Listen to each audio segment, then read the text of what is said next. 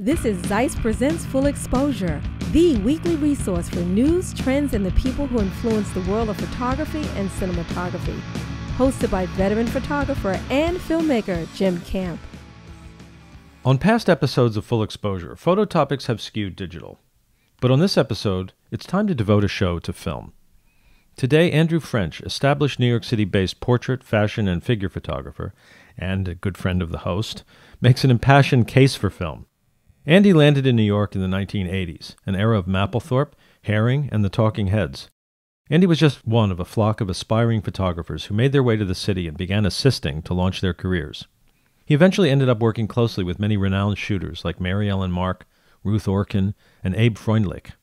Nowadays, he does assignments for top international publications, mentors students, and is a devoted advocate for natural light, holding figure and portrait workshops at his amazing Union Square Manhattan studio, one of New York's few remaining Northlight spaces.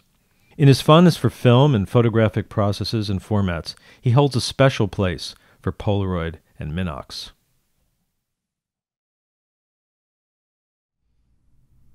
Andy. Jim. Thanks for joining us. This is our first show back in the studio from going to Photo Plus Expo, which you were at, I understand. And we're not going to talk about it, don't worry. Well, thank you for having me. I'm so psyched to be here. This is amazing. It's more than a pleasure. Yeah. It's been a few years. I guess we should say for full disclosure, as opposed to full exposure, which that's the unmentionable book, Full Disclosure, right? We can't talk about, but we've known each other for quite some time. Yeah. We were both starting out in New York years ago. I mean, 80s, late 80s. Yeah. Mid 80s. Mid 80s. Oh boy.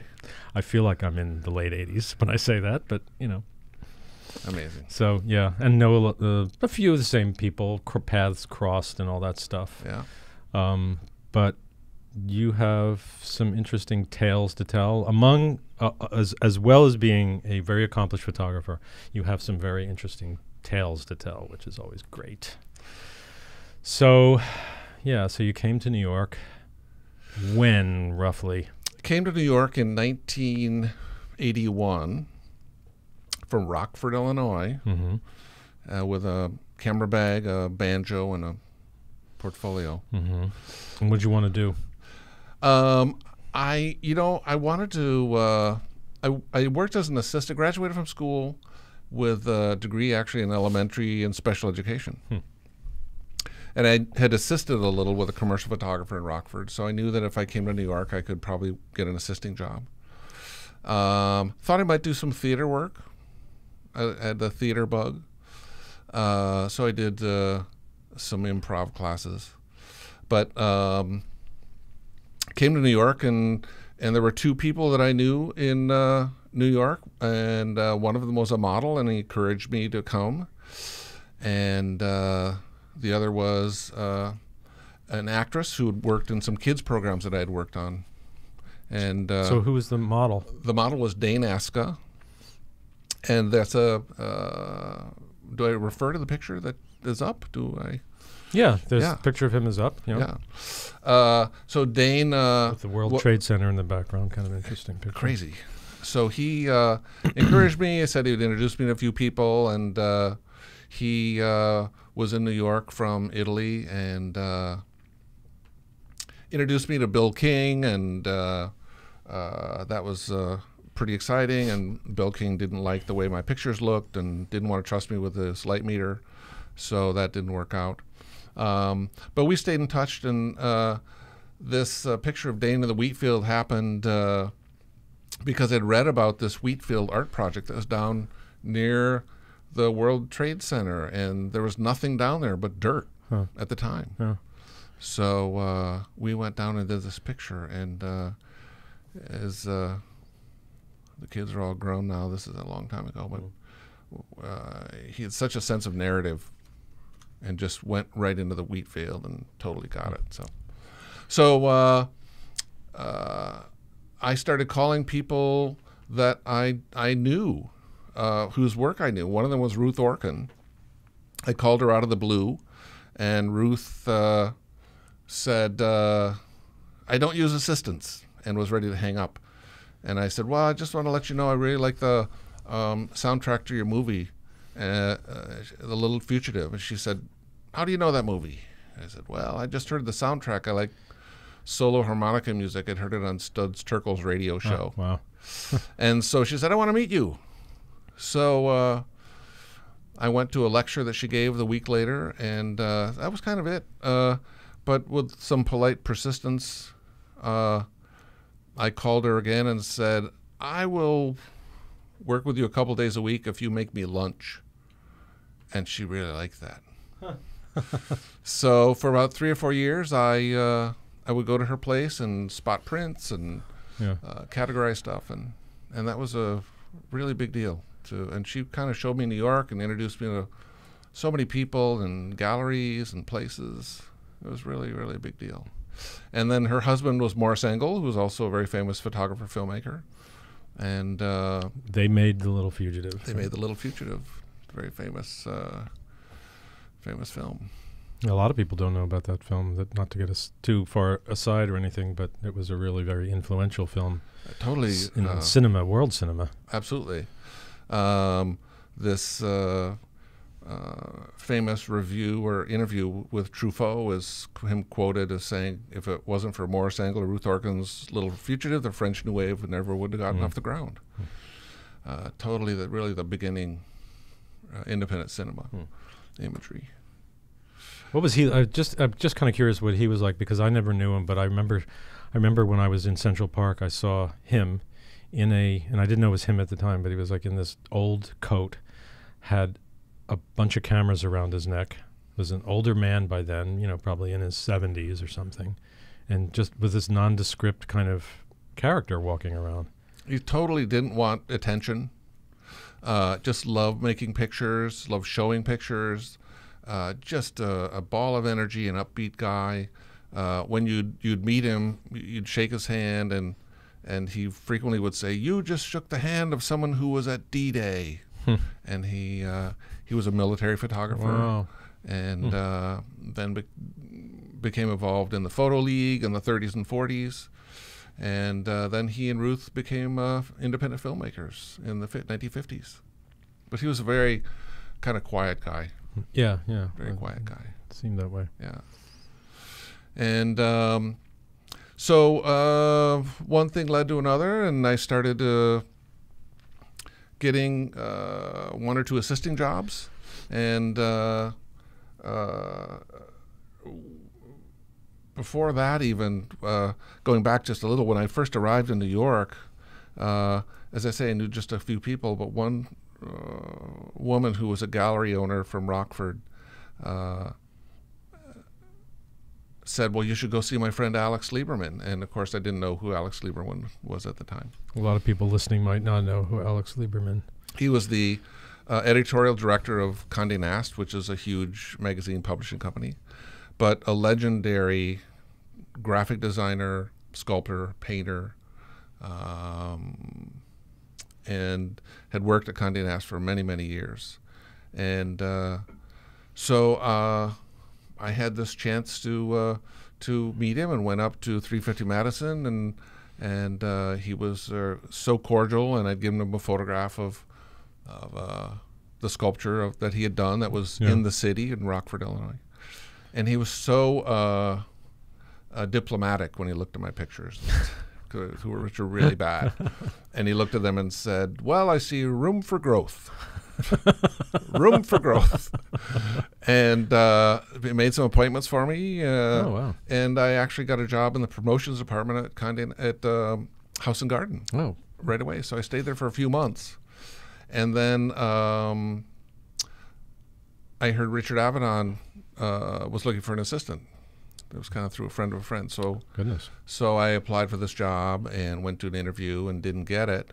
But that kind of led one thing to another, and I started contacting other people about assisting. And yeah, it was, I don't know if you saw the Greg Waterman interview, but he was talking about a very similar story about Penn. Although he wasn't quite as diplomatic about how Penn thought of his work when he first came to New York. But hilarious story. But that was in episode, I can't remember, 3 episodes ago or something. But, speaking of Condé Nast, you have a Penn story, I'm assuming, too, which are always fun because we both sort of idolize him, his portrait work. I do. I started assisting and then ended up assisting for a long time with a lot of people. And I got an apartment, which was a big deal to come to New York, get an apartment. It was a small studio on 30th Street, and it was $275 a month in That dates it? 1982. And the landlords of the building, the landlord, the husband of the couple that ran the building, ran Condé Nast Books. And so he was a very helpful person.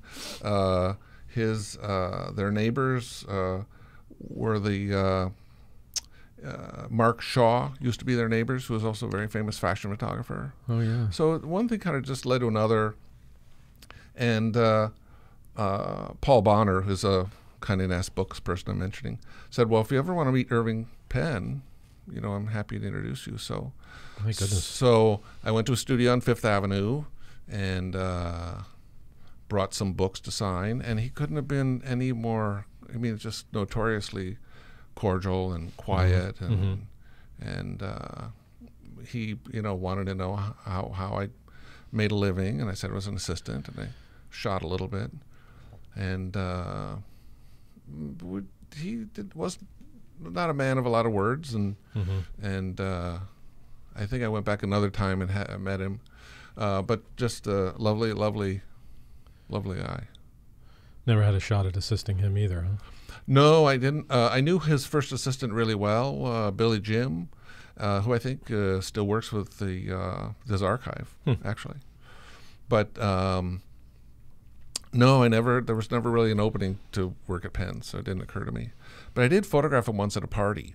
Oh, really? And it was some friends who were florists, the O'Peasies, and they'd given a party for Nicholas Calloway, and a book publisher who had worked with Penn on a lot of things. And they said, just come and do some snapshots. And so I brought a camera and did, and Mr. Penn showed up, and I thought, do I shoot a picture of him? He notoriously hates to be photographed.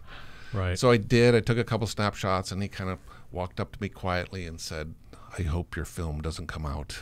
And I laughed and walked away. Oh, nice gosh. guy, though. Yeah. Just is so influential and inspiring for me. And my studio is now is on the block where his studio used to be. Oh, is that right? So 17th, between Broadway and 5th, he was on between 17th and 16th on 5th Avenue. Oh, so I always feel as though I'm channeling a little bit of this. Yeah. Well, we'll talk about that later. Yeah. We'll talk about your studio later. Yeah. 'Cause it's pretty cool. Yeah, it's cool, right? Yeah. But so let's just finish up with your assisting. So Encapsulate. So I assisted for. Who else did you? Let's see. Abe. I worked with Abe Fraundlich for a long time, who was a very good friend and comrade. I worked with Ilsa Bing, who I met through Abe. Again, Ilsa was much older at that time, and mostly she lived a block from me, so she would call and ask me to come over to help her organize something or archive something, or she was giving a lecture and needed some help. I mentioned Ruth Orkin. Ruth passed away in 1985, actually, and I ended up speaking at her memorial. Oh, is that right? And so it was Leonard Bernstein talking, and then I spoke, which is crazy. Bernstein spoke at her memorial, and then you spoke. And that then must I spoke, have been, which is ridiculous. And I was, 28, 29, and that's so touching that they asked you to speak. yeah, really amazing, really something. And then Isaac Stern played Oh my goodness! violin. Wow. So Ruth had photographed at Tanglewood for years and years. Lewiston Stadium, which was kind of one of the summer places the Philharmonic played in Central Park. And I think she had photographed Bernstein for the New York Times the day he took over conducting for Metropolis, who was ill and couldn't do it. So that was a big deal too. So they'd known each other for so long, and it was through Ruth that I was able to meet Bernstein too and do some photographs for the archive. So, and I also worked with Mary Ellen Mark for about 3.5 years. All right. And so about 9.5 years, it was about almost 70 photographers, mostly freelance. I never worked full time for anyone, but I was able to travel, do all kinds of jobs, from sports to still life to catalog, portraits, kids, lots of different formats. And this is the film era. Right. This is all film. Heard of it. Yeah. I'm so glad. It's like a physical thing or something, right? Don't give up. Yes. You can feel it. You can touch it. We'll talk about our mutual love of film in a little bit. But where did you, so when did you make the leap from assisting to going on your own? It's a big leap. So in the 90s, I mean, I think the challenge for people who assist in so much is making that leap and being able to still pay the rent and but stop the dependency of working as an assistant, which becomes easy. And well, by that time too, you're getting called more, and exactly. So exactly. You have to make a choice. Are you gonna start shooting, or are you gonna keep assisting? Totally. And so it was some shooting and some assisting. So just bit by bit, I did less assisting and more shooting, and then the shooting paid a little bit more, which was great. So you wouldn't have to assist quite as much. So it was just kind of slowly ended up just then stopping assisting. I have to say, I loved assisting.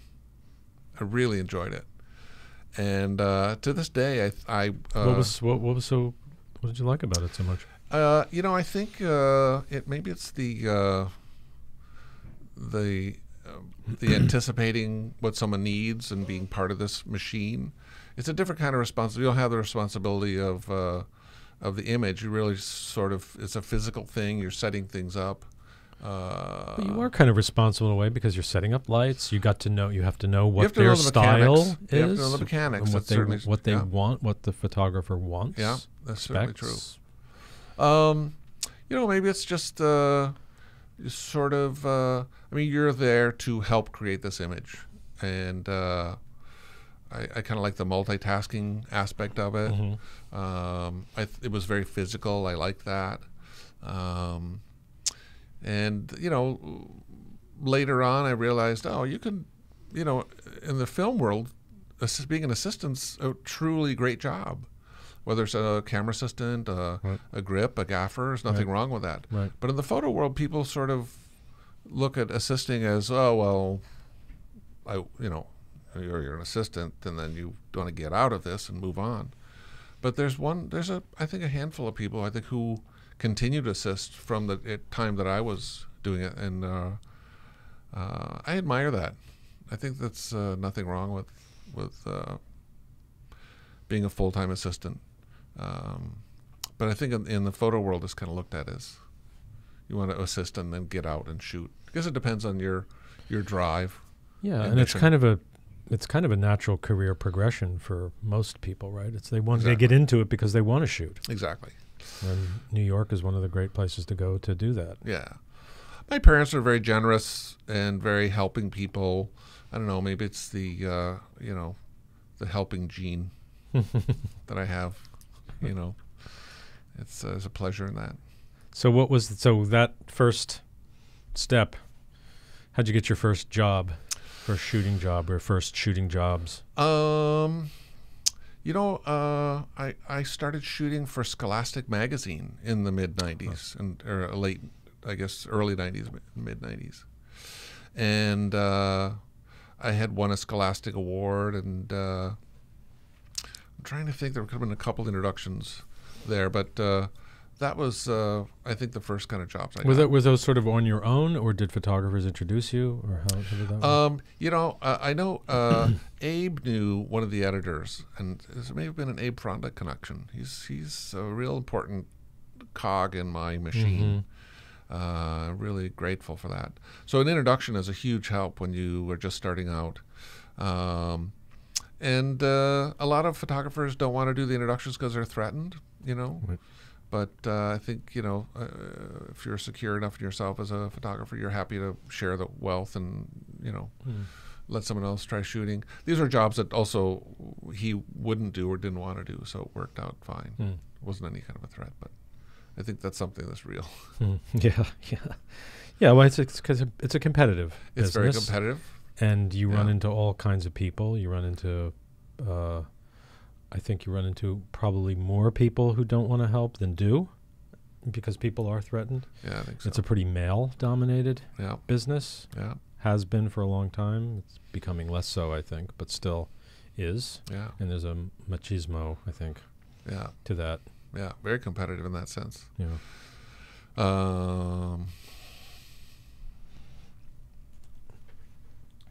So we want to take a look at a little of your work here.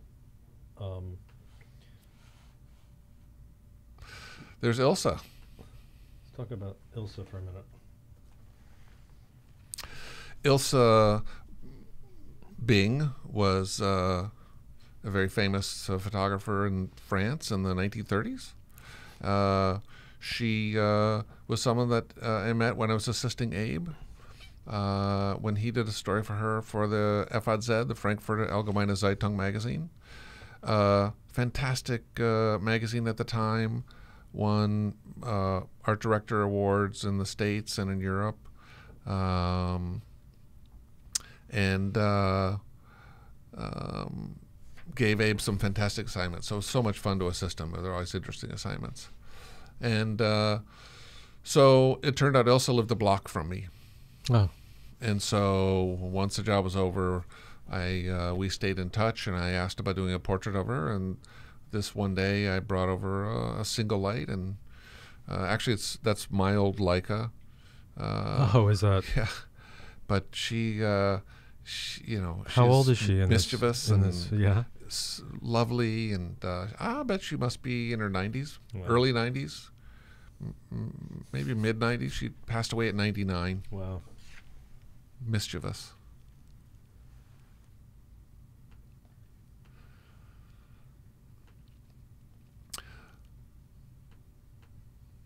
I'm just going to go through here. We're going to look at just a few of your pictures. So this is a model test, and it was actually shot on Polaroid. So I think a lot of the images that you're going to pull up here are shot on instant film, which I'm still crazy about.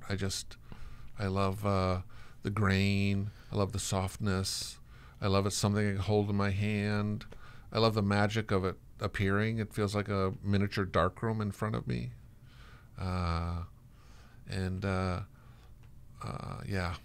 Just can't beat. Well, talk about that a little bit, because we talked in the past about digital versus film, and obviously you're doing both because you kind of have to. You can't. Not very few of us can be as exclusive as saying we'll only shoot on film.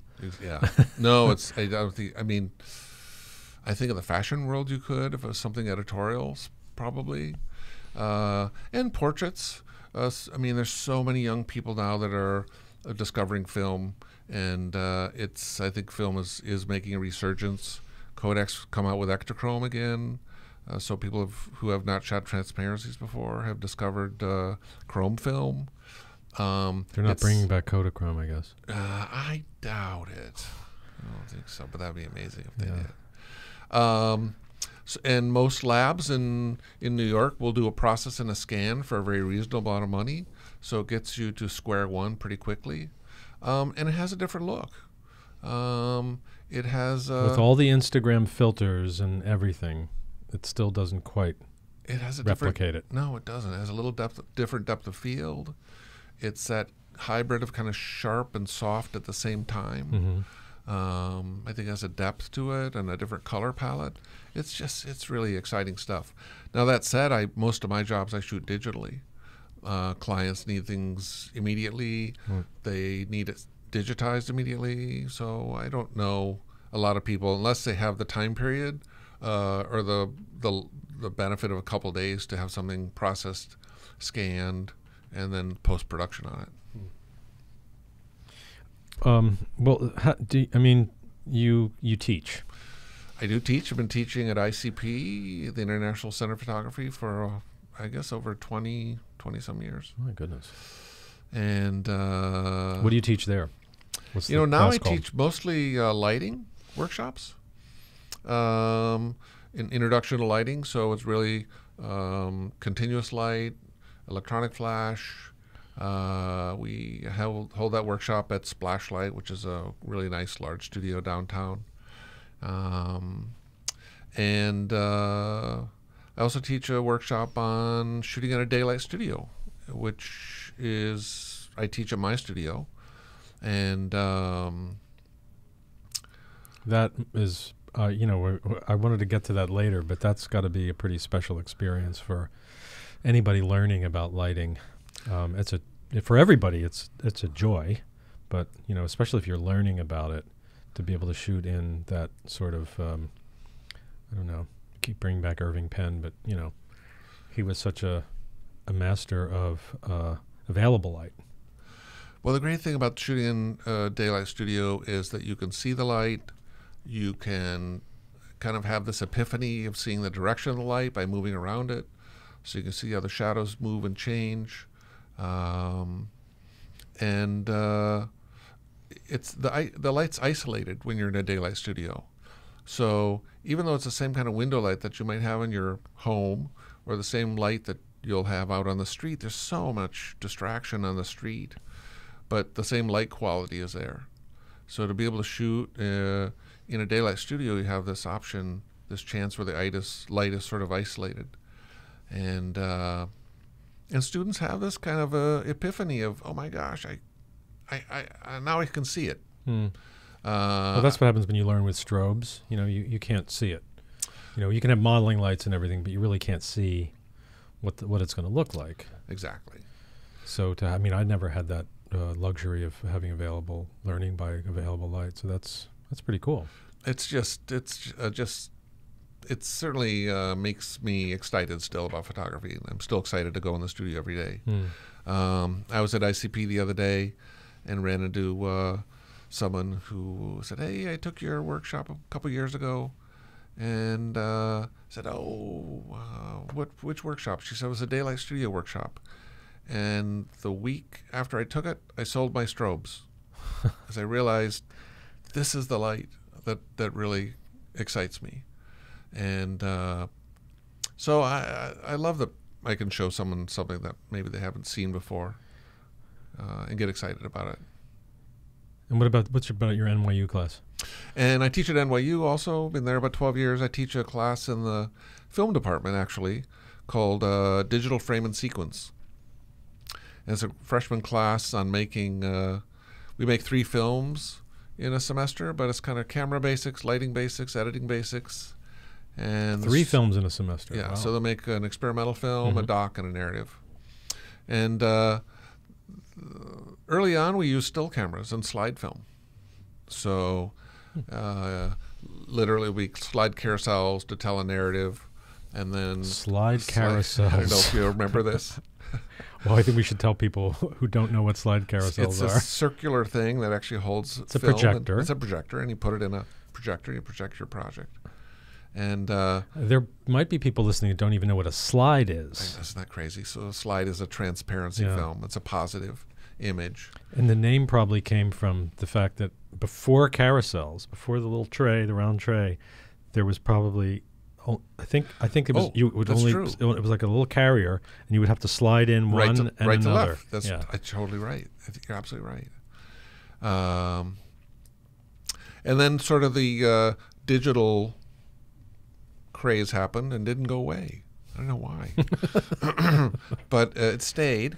And so the university changed it, and the class changed to shooting digital, so we shoot these projects digitally. But the inspiration for the class is this Chris Marker film, La Jetée. Oh.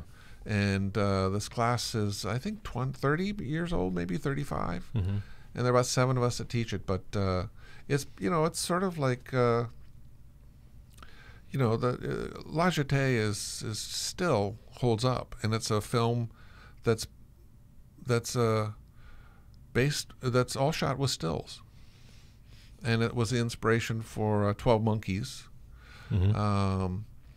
But to tell a story and drop still images into an editing program is still could be just as compelling as motion. A good image and good sequence, good sound design added to that. Do the students get that, you think? Do they, yeah. They totally get it? Oh, absolutely. Now everyone, I think this generation, particularly more than any other, is really ready to start to shoot motion, just because we have this camera built into our phones that shoots motion. Mm-hmm. And so there's a lot of stop motion in the projects. But how do you get people that are so accustomed now to only knowing about digital, be it through a phone or a camera, to get your passion for film back because you have it? The reason, by the way, the answer to your question is the reason why digital came and stayed, because you weren't in charge. That's true. That's true. That's no why. one asked me. I just figured that out. Oh my gosh! If they would have contacted me, it would have been like, the folk music scare of you needed to be the president of film. Yeah. President of photography. Exactly. And probably only for like a month. But anyway, so talking about, because I think it's no secret I have a passion for film too. So how do you convey that in your teaching?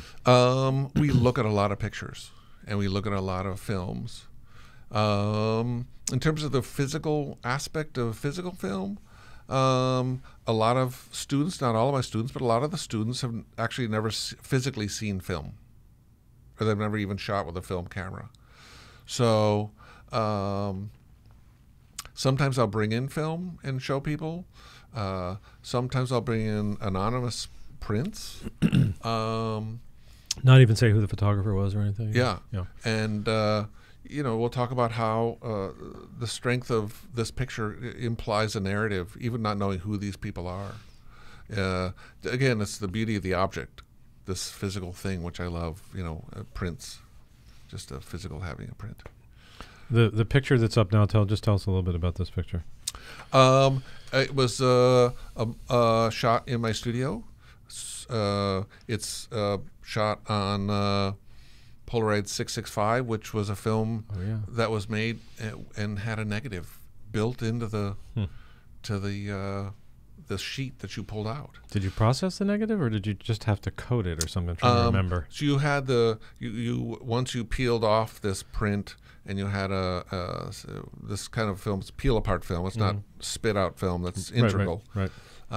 You would have to peel it off, and you'd have a print, and then you'd have this kind of paper and chemistry all in one that developed it. And inside this physical thing that you peeled off actually was a negative, and it had a membrane of sauce on it that was dried, and you had to put it into sodium sulfite to remove this membrane, and voila, you have a negative. Literally is a negative. It's almost a 4x5 negative. And is that's a print from it? Oh. Exactly. Oh, I lost my power. Okay, I'll bring it back in a second. The whole Polaroid thing I think is interesting. The Instagram filters mimic some Polaroid things. The picture that was just up, shows the sort of like the cutout negative carrier look. I know that when I was a student, that was one of the things we used to do, is file the negative carrier so you could see the actual frame and see how you framed it and stuff, and how Instagram has a frame like that, It's so totally. So a lot of people are not aware of the correlation, but that Instagram and other post-digital processing things everybody takes for granted now came from. That's so true. Now I think it's I think we still appreciate the beauty of this kind of an object. in the design world, you can create sort of a fake template that looks like it's or negative with rough edges. It still is exciting and a pleasure to see something that looks like was film. It just has a graphic design element that's strong. That picture was also a model named Rusty, who is a really terrific Australian model. It was for a model test. But I think film has still influenced so many people, whether they know it or not. And as you say, Instagram, most of the Instagram filters came from the film print world. Cross-processing, we've talked about this, isn't just a filter. It came from something we did about 30, 40 years ago, where you actually processed film in the wrong developer, and so you crossed it over, and it had a very specific look once you did that. You took a trying to remember what it was. You took a negative. Was it negative film? And then processed it in ectochrome chemistry. Exactly, in E6. Yeah. It's crazy. Yeah. Well, back then there were labs that did all that. I don't know what's left in New York where labs that do that. There's only a handful of labs. Like literally, I don't know, 2 to 4 color labs that would do transparency film. There's a few more labs that do color negative film, and black and white labs are just a handful. Things are very, very different. What about so labs are around, but what about film stocks? There's fewer choices than there were, but there still are a fair amount of film choices, which is really exciting. Kodak still makes 8x10. They still make 4x5.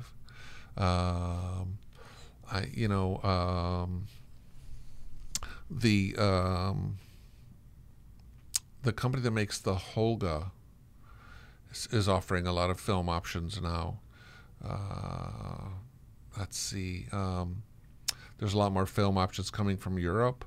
People are spooling cinema film. The Impossible Project, which is called... I was just going to talk about the... Super Sense. Yeah, but their new name is Super Sense. They're still in Vienna. Oh, it's been rebranded? Kind of rebranded. Not Impossible Project anymore? Super Sense, because they sold... I don't want to get this wrong. Certainly stand to be corrected. Most of their product, I think, I don't know if they licensed it to Polaroid, but... and I don't know if it's branded under the Impossible Project anymore. But did you see the film, The Impossible Project? There's a documentary done on. Oh yeah, I think it was on Netflix. Just about how the guys got the idea. It was because it was considered so impossible. That's awesome. Because they bought one of the last, I guess it was the SX70 equipment from Polaroid in Cambridge, but the key was the chemistry. So crazy. And they managed to pull it off. So the film is all about this, and it's a if you love photography, it's a great film about a love story for trying to save the SX70 type of film. And then what did they do? They refurbished old cameras, and then they started making them. Exactly. Also, yeah, I think that's what they're still doing. They're also now trying to. I think they've joined with something called Save Pack Film. And I think that they are now testing and trying to recreate this peel-apart film I was speaking about, called pack film. Yeah. And they're trying to bring back pack film, which is pretty exciting for those of us who love that kind of... Were you talking about like 669 and that type of stuff? Yeah. They're trying to make their own chemistry, their own paper. I think the hardest part is this pack film is... it has sort of a plastic container that it has to, that's very flat and fits in the back of it. Fits into the camera. Into the camera. That's the hardest part. The hardest Not part, the chemistry or the... Well, I think the hardest part is weaving the positive and the negative inside that thing. And then when you pull it, it has to come out at exactly the same time. And these rollers have to squish the developer and spread it out. Right, with precision. Exactly. Yeah. I think that's complicated. Wow. But pretty exciting.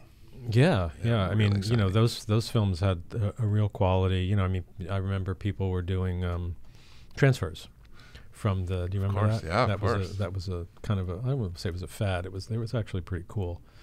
An art to taking the transfer, the back of the the peel apart, the 669 or 668 or whatever kind of Polaroid film it was, and then putting it on, what was it, like it was wet watercolor paper, I think. Dense paper that would adhere to it. Right, yeah. right. And I think people are still doing it. I think you can still, the amazing thing about some of the film is it lasts a fairly long amount of time if you refrigerate it. I have film I'm still shooting from 2006, 2007. It's in the refrigerator. And you can still buy it on eBay. I mean, people are still buying and selling, and so it still has a life, which is exciting. I still love the Edwin Land story. Yeah. Of his after taking his daughter's picture, her asking, "Daddy, why can't I see it now?" And in a night, he said, "Well, that's a great question. Why can't you see it?" And he engineered and drew out how this would work. Yeah. Yeah. The story about the rise of the company, and I mean, didn't he start by doing was it sunglasses? Was that's where the polarization, the Polaroid name came from and 3D glasses. Am I remember that correctly? I think some sort of glasses. Yeah. I unfortunately don't know the full story about the company, but it seems like it's a natural segue from why can't I see it now, and this instant film becomes a reality in the late 40s, 50s, and someone starts putting together equations and mathematical things, and the digital world slowly starts to happen. I said, well, here you can really see it now. But what I like about Polaroid is just the fact that it's in your hands. You can physically have something. So what other films are you passionate about? In terms of the instant films? No, in terms of, traditional negative or positive films. Oh, I'm a huge Tri-X fan. I still shoot Tri-X, and I love Tri-X. Let's see, color negative, the portrait films, the Kodak 400 and 800 I'm a huge fan of. Yeah, people that aren't shooting film don't know what these films are like. So can you give us sort of like a kind of a little, because you use them so often, what the rundown of the qualities like in these that don't translate to digital? Well, it has a little bit of grain to it, which I love grain. It has. People might say, why can't you put a filter, a Photoshop filter on that? And people do. There's, a couple companies, and that's their job, is to have these film looks that you can apply in post-production. And I also like this. It has kind of a depth and softness. Now, I'm not saying it's out of focus softness, but it has a feeling of something that's a little less electronic, and that's what I think. I feel crispy electronic-ness from a digital image, and certainly that's why post-production is so important, and everyone wants to work in your images afterwards. Yeah, because it really it's in a homogenized look. The sensor is the sensor, and I think it's what people do afterwards that makes such image so much more interesting. Yeah, and there's and everybody seems, not everybody, but a lot of people seem really bent on a bigger sensor, a bigger file, more bit depth, and all of that, and then they filter it. I know. I mean, what can I tell you? Sharp pictures are exciting. Kind of perfect looking pictures are exciting. I think I get more pleasure and thrill out of imperfect pictures. And I think I feel that option, or that lack of knowing exactly what an image is going to come out like on film than I do with digital. Well, like that it started actually fairly at the same time that digital started to get really good. The quality seemed to get really good. I think it happened a lot faster than all of us old film types thought it was going to happen. And then immediately it seemed like the Holga and lomography and all of that stuff became all of a sudden popular. Plastic cameras. You know, so tell us about some of the vintage stuff that you shoot with now that you like for that quality that you get that you can't digitally create, but you do it in the camera. You were telling me about the Rolleiflex before, because that was one of Penn's cameras. I mean, the film cameras I like to use are not made anymore, and the Rolleiflex. I have a couple twin lens Rolleifs, and the look that you get from a Rolleiflex with a Tessar lens is a different look than you get from a Rolleiflex with a planar lens. One's an 80 millimeter, one's a 75 millimeter lens. Yeah, I have to say, when you told me this earlier, I wasn't aware that Zeiss made a lot of the lenses for Rolleiflex. Did they make all the lenses, or some of them? Most of them. I think Schneider made right. some. That's versions. what I thought it was, Schneider. But most of them are Zeiss, and they're either planars or Tessars. And I fell in love with the 75 millimeter Tessar because it's slightly wider. And a friend and I years ago became obsessed with this Irving Penn image of Peter Ustinov, and he's sort of leaning forward and has one hand around his neck, and then he's got one hand kind of twisted around his back, but it looks like it's an alien hand, yeah. so to speak. So we thought, that's so crazy. I'm sure this is a Rolleiflex. So we were totally nerds, and we did a test, and indeed I posed, and we did the same pose as Ustinov, and indeed the 75 millimeter lens has this strange, I don't know, it's foreshortening or makes things look a little strange when you get a little too close. And Penn obviously knew that and created this compelling image, but it really is because of that 75 millimeter Tessar. So I love the look that you're going to get from an old film camera. It is a little, the lenses are not as contemporary. They're not computer toleranced lenses. The coatings aren't quite as they aren't contemporary coatings, so they might be a little softer. Doesn't mean that's going to be lack contrast or lack saturation or color, but they just wouldn't handle flare very well. They don't handle flare in that. a different way. Yeah, exactly. And some people might like that. And some people might like that. I still love to shoot with my Graflex, 4x5, a 4x5 Graflex C, and I have a lens that I have adapted for it, and it's an old Zeiss Tessar lens, and it still has a tremendous amount of contrast in it. It doesn't do too well, again, looking into light because it doesn't have sophisticated modern coatings. It's so interesting. Photographers who sort of just got into the game in the last 10, 20 years don't know what they missed, or maybe they've lucked out because contemporary coatings you could shoot right into light with very minimal flare, right. Especially with the T-star coatings that Zeiss lenses have. Yeah.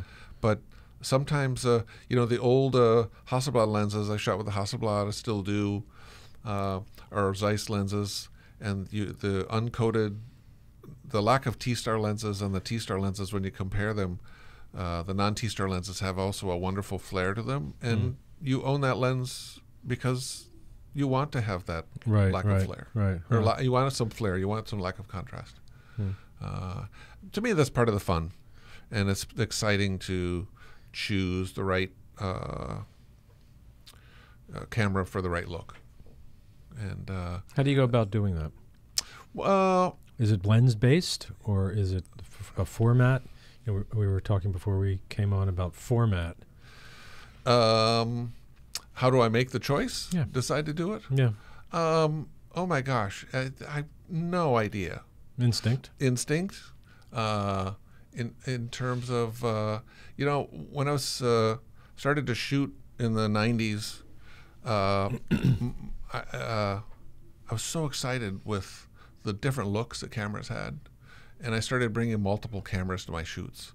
So I would have a couple different 2 1/4 cameras, maybe a Rolleiflex and a Hasselblad, then maybe I'd have the 4x5, and then maybe I'd shoot with a half frame camera. Were you calm when you were changing formats all the time? I was so excited. It was I still believe that all these formats and lenses yield different looks. Yeah.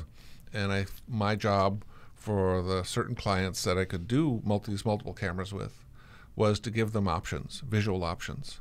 And that was really exciting for me. I think it drove the assistants nuts because we had to haul so many cameras and so many formats. But I certainly miss that today because I don't feel as though there are that many options digitally. Right. You know, but that's certainly why people, you know, become so good at post-production to recreate those looks. Do you use a digital back at all in your Hasselblad? No, I don't. I've only been a handful of jobs that I've shot where I've used a larger format camera. But I certainly can see the benefit. I mean, it's pretty exciting.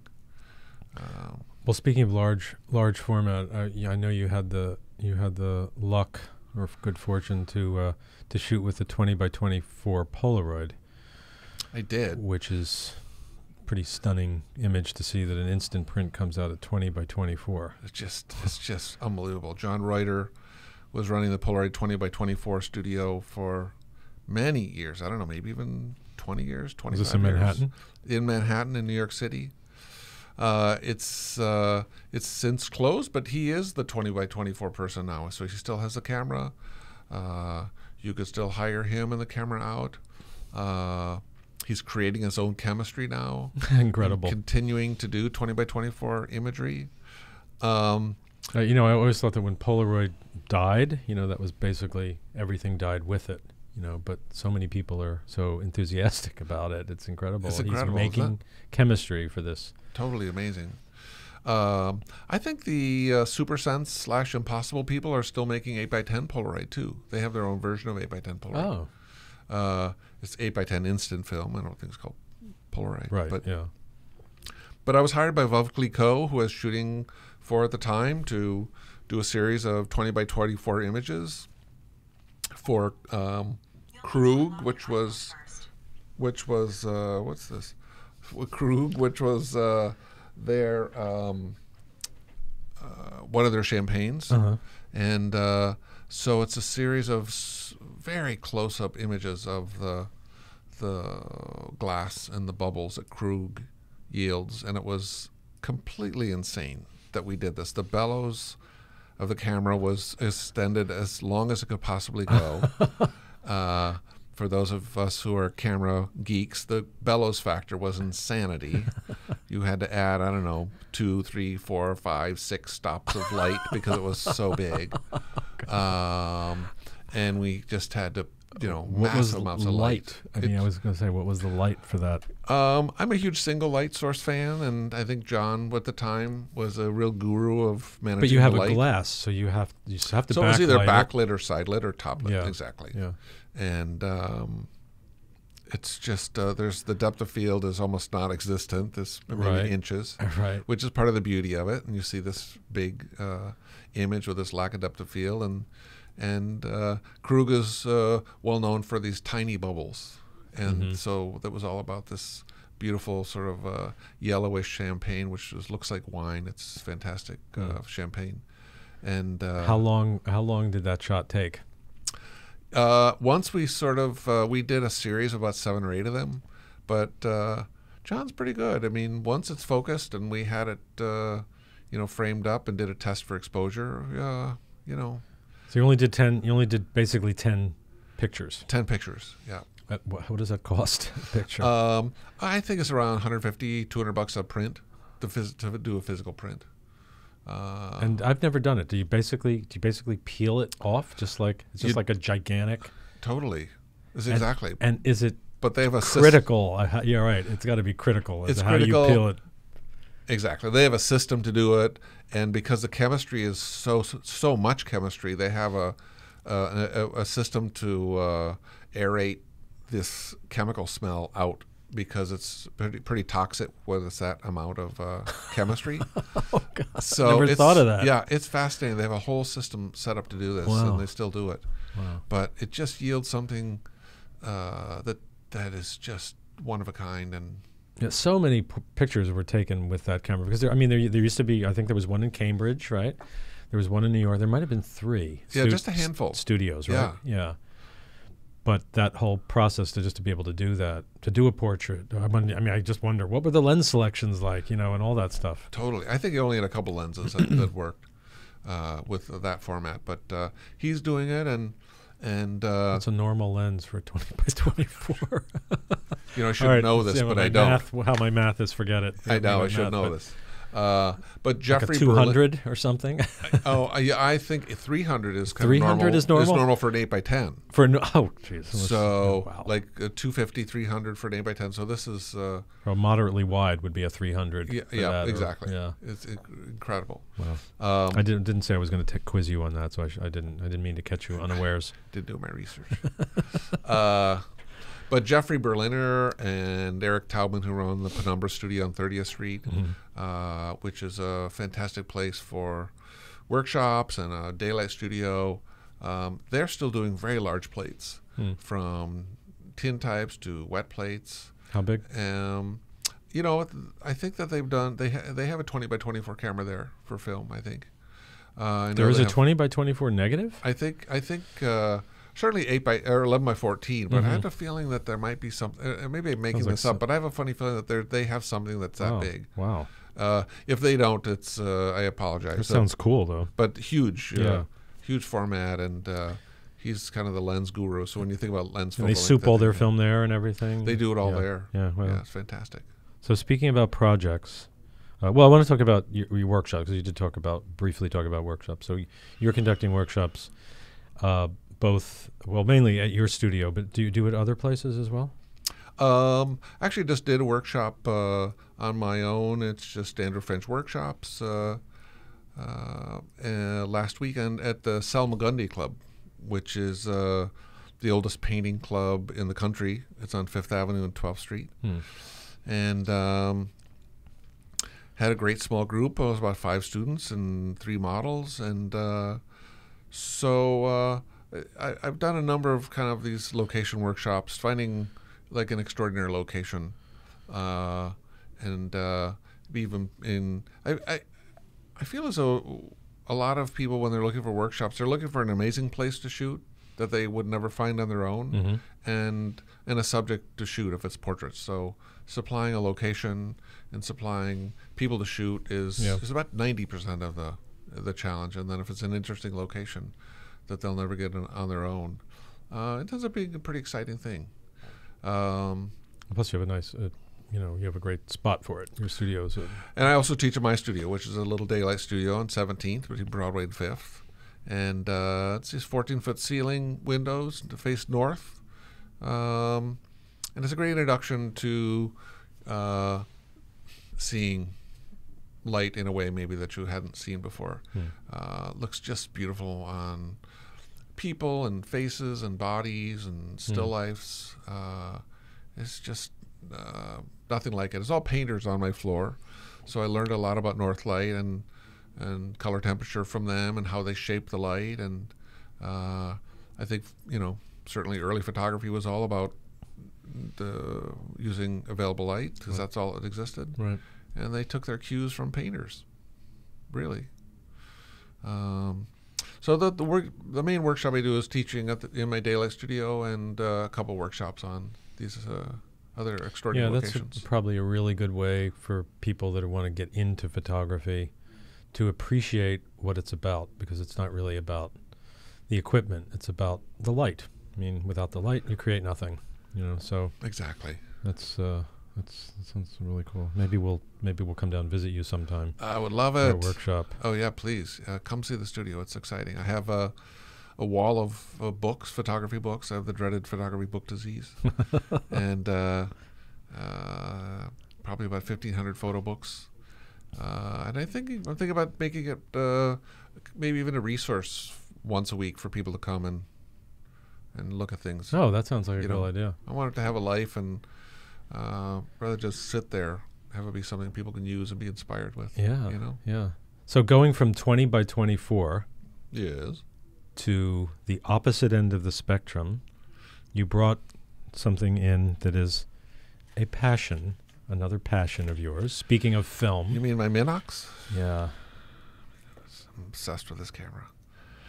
Give us just a little bit of background on it, because it's pretty cool. And I think anybody who saw any early spy movies would be familiar with the Minox.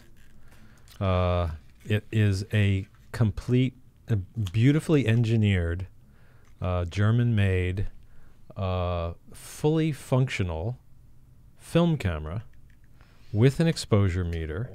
Film goes here. Actually, what happened here? The film goes in here. I was introduced to the Minox by a photographer I used to assist named Britton Hill in the 80s, and her father had a Minox, or actually in 1992. I remember specifically. Wow. And I'd never seen anything like this. And for those listening on TV without pictures, it's a silver, beautifully engineered case with shutter speeds, no f-stop. It's a fixed aperture, right? But like I said, it has a built-in exposure meter. It has built-in filters, a green filter for your black and white skin tones to make them nice and luscious, and a neutral density filter for shooting in sunlight. Amazing. And it has it focuses down to 8 inches. Oh, I was thinking it was fixed focus. It's not. No, it's totally. So you zone focus with it too. Yeah, you can zone focus.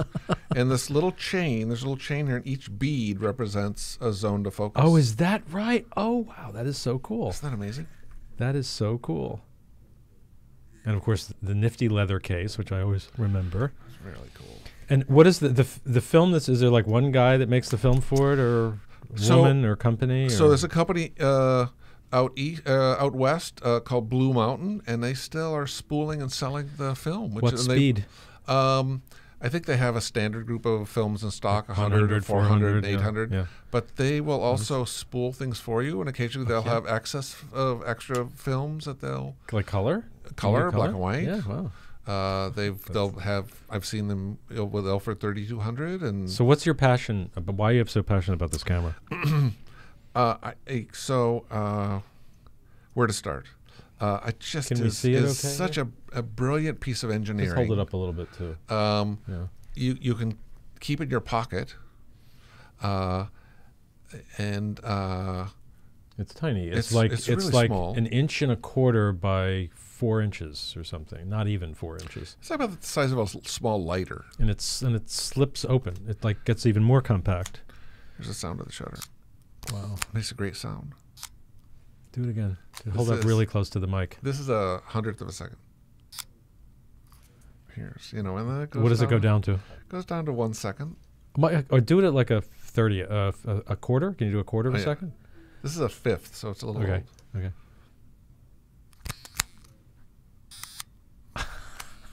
That's a great sound. That is a great sound. A great sound. That is a great sound. Now, is there anybody out there that works on them? So I think there's a couple places that still repair them. I don't think Don Goldberg would mind me mentioning his name. He's a legendary Leica repair man in near Madison, Wisconsin, but he still repairs and works on Minoxes. Wow. They're readily available on eBay if you decided to. And by the way, for anybody using electronic flash, it also has a PC connection. Which is insanity. It's insane. Totally and you have shot strobes with it, right? I have, and it totally works. Great. But ultimately, I love the quality of the pictures. Yeah. We have some examples here, which we can't show now, but we'll throw them in later of, some little prints. And you've made, how big a print? What is the size of the negative? It's 8 by 11 millimeters, so it's approximately, which is about the size of half of a dime. Not even. Yeah, it's smaller than a dime. Like a little button cell battery or something like that. Like a hearing aid battery. Yeah, exactly. That's the size of the negative. Totally cool. Yeah. But it yields this instantly nostalgic feeling. On a print, I can't explain it. It's a little grainy. It's a little grainy. Yeah, I'll bet. It's very grainy. Yeah, and it feels like something that you shot 60, 70 years ago. How big a print have you made with it? I've made 20 by 24s and they look great. You have? Yeah, but I'm dying to make bigger prints. So I need that means getting a drum scan and having I would love That's to. what I want for Christmas. I want a print, 20 by 24 Minox print. You got it. I want to see that. I'm sending it your way. Oh my God, absolutely. that's so cool. You know, it reminds me of Blow Up too. You know, Yeah. remember Yep. David Hemmings and the picture get bigger Yep. as a grain. Mm-hmm. That's exciting now. It seems like we're in an anti-grain period. Are you going to do a project on this? So on years Minox? ago, I went to. You can hold that up. There's a little, I don't think you have to worry about being a plug because I don't think that book is in print. The Minox Pocket Minox Companion. Pocket, yes, not in print. With line drawings that came from. They look like they were fairly hastily done. Isn't that awesome? That's great. So great. Years ago, I became fascinated to find out if the inventor of the Minox was alive. You have another one here. Oh, really? And what is the origin? When was it when was it developed? In the late 20s, early 30s. Early 30s. Yeah. Hold it. I'm telling you to hold it up a little bit more. There we go. How's that, Vince? Good. Check this graphic out, man. Look at that. That's super cool. Well, talk about that was a filter. It's like a halftone filter that I think I learned to use in school. The back picture. Oh, I'm determined to do a Minox book. That's a lovely book. It needs to be a whole new Minox book. So I went to meet Walter Zapp. So the creator's name was Walter Zapp. Huh. And he was alive at the time. He died about 6 months after I saw him. Living where? In Switzerland. So I went to Switzerland to meet Walter Zapp. And I interviewed him and his... like on tape or? On tape. He only spoke German, so I had a friend come and translate. Wow. Did some photographs, did a little Super 8 movie of him. Wow. Hasn't seen the light there of you day go. yet. You've got it. I think you've got a film. I mean, it's just... You got a film. Do you know of other aficionados of the Minox out there? A handful. It's got to be a Minox club or something, right? No, well, I think there's a Start few. one. There's a few. Yeah. Yeah, but not many. Sounds like you've got the material for a project. I think so. I mean, you know. And speaking of what else is going on with you, you were talking about the pictures you took of Leonard Bernstein.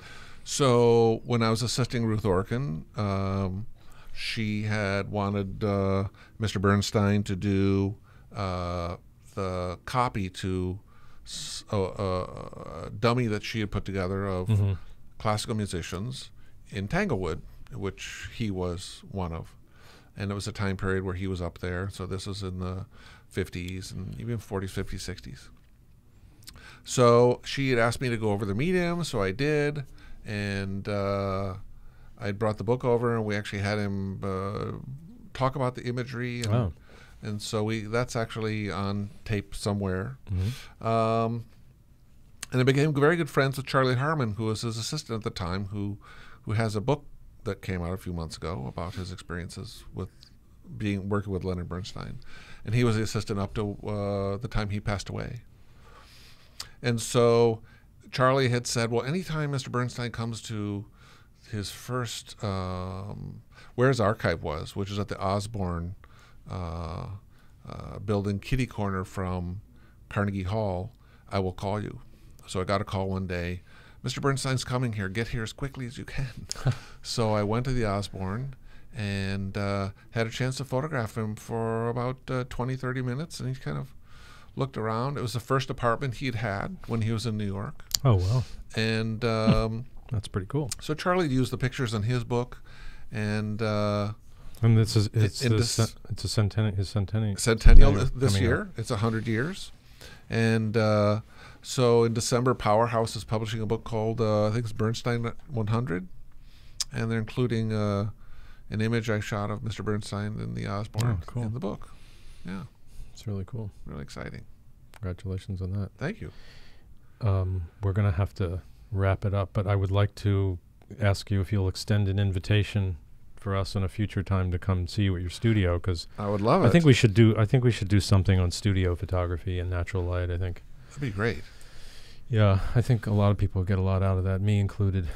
That's really cool. Oh, I would love to have you anytime, and I'm sure you'll get hooked. I think so. Yeah, totally. Thanks for sharing some of your Jim, your images with us. Thank you so much for having me. Appreciate it. We'll hopefully see you soon. Absolutely, man. Take care. See you. Thanks for tuning in. Join us next week for another edition of Zeiss Presents Full Exposure. If you can't watch, you can always catch the audio-only version on iTunes and Spotify. Follow us on Instagram at Zeiss_Full Exposure or on the web at ZeissFullExposure.com. And to learn about the latest in Zeiss lenses, head to Zeiss.com.